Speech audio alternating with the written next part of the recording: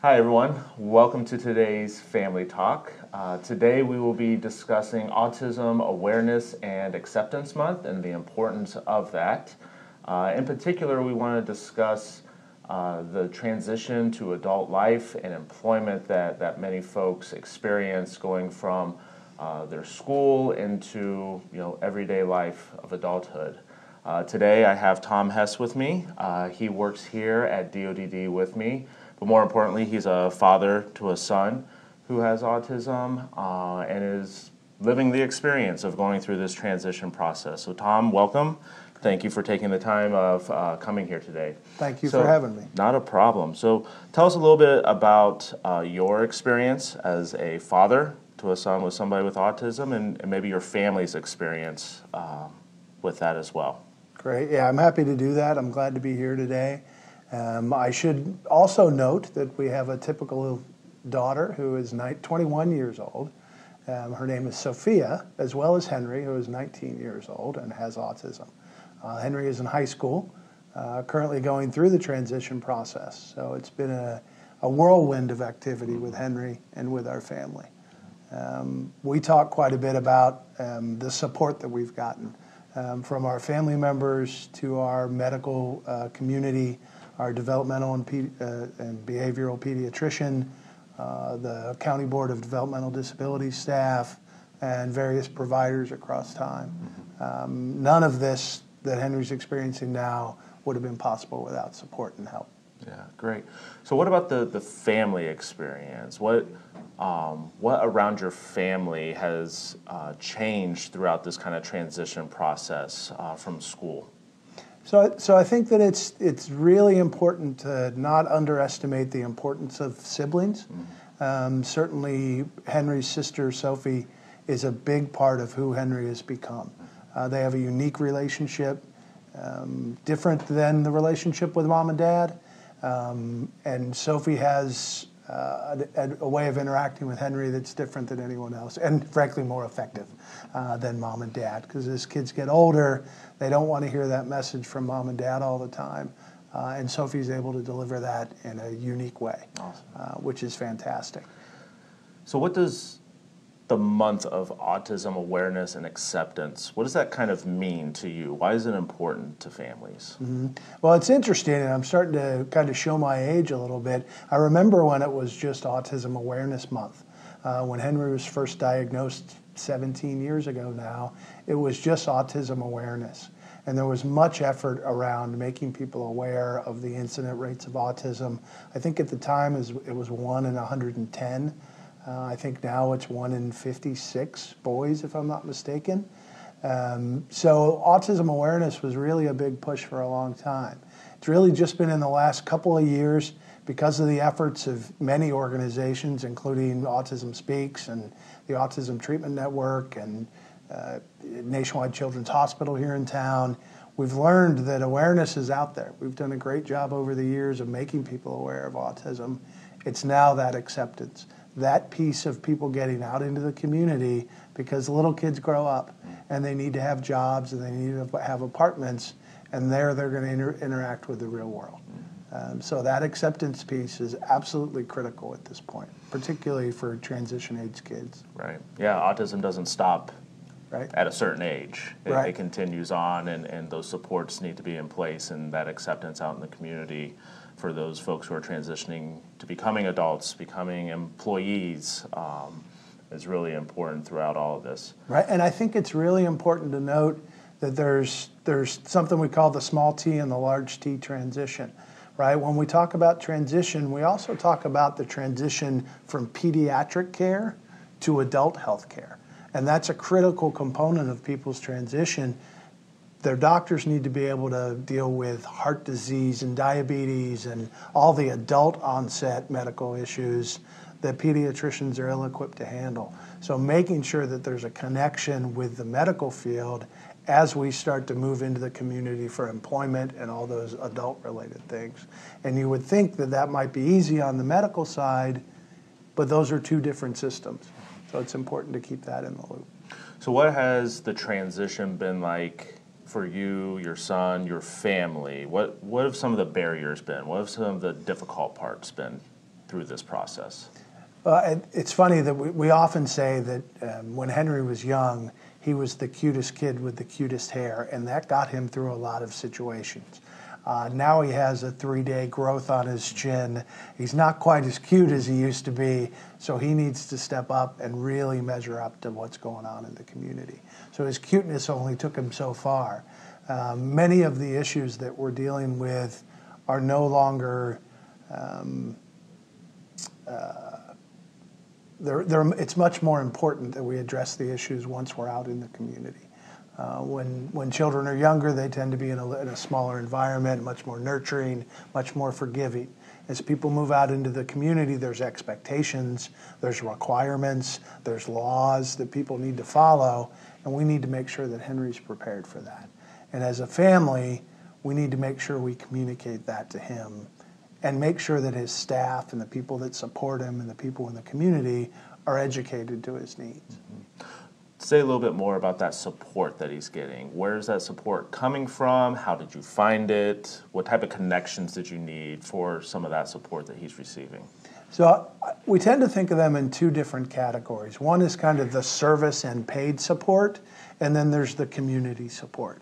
So on the paid side, over the course of his lifetime, we've had about 32 different direct service providers working with Henry. So that, and it seems like a lot, but there's high turnover in that area, and it's important that we get someone who's skilled, right? So we were maybe a little difficult on some of the providers, making sure that we had the proper care. As he moved out into the community and grew up and started his art career and moving into the community, we need to make sure he has natural supports that are educated regarding autism and how his particular autism affects him. So he benefits from both areas, both a paid support provider that we use through the county board system and our waivers, as well as the community connections that we maximize the benefit of that.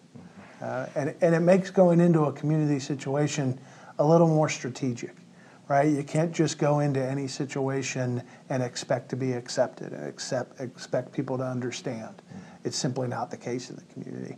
But if we go in prepared to educate people with the support we need, understanding that Henry still has needs, we're typically much more successful.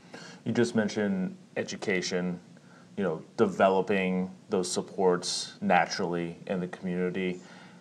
How do you go about that? What are the first steps maybe a family should look into when they want to develop those natural supports, those non-paid folks that their sons or daughters can rely on when they do make this transition? And I can speak for our family. One of the things that we realized early on is if we're going to be active in our community, we need to be active in our community and have a seat at the table. So if there was a volunteer opportunity, if there was a board to join or something that needed to be joined to lend some effort to, we joined that. We got involved with what was going on at the school board system when we were in the private school system, as well as when we moved to public schools, getting involved with the IEP process, making sure that that team at school was really set up, and understanding that he has community goals. And the school that Henry attends, Fort Hays, has been wonderful in developing that team and providing opportunities. As we move into the community, there is always needs in the community. We make sure that we're involved and we're active, and that gives Henry a seat at the table. It allows him to express himself. It allows him to bring his artwork into the picture where it's not all about his autism. It's about his activity and his artwork and what he can bring. So looking maybe a little bit into the future, what does your family envision as a good life for Henry as he's going through this process? What's your goal? What's the outcome you would like to see him attain through the process? Well, we'd like to see him attain a career that makes him happy. I think I mentioned earlier that he's an artist. That's not a particularly simple job to nail down, but he does seem to have some skill and some interest in that area. So we'd love to see his career move forward in the art industry. Additionally, we'd like for him to be able to live on his own. I don't think he wants to live with his parents the rest of his life.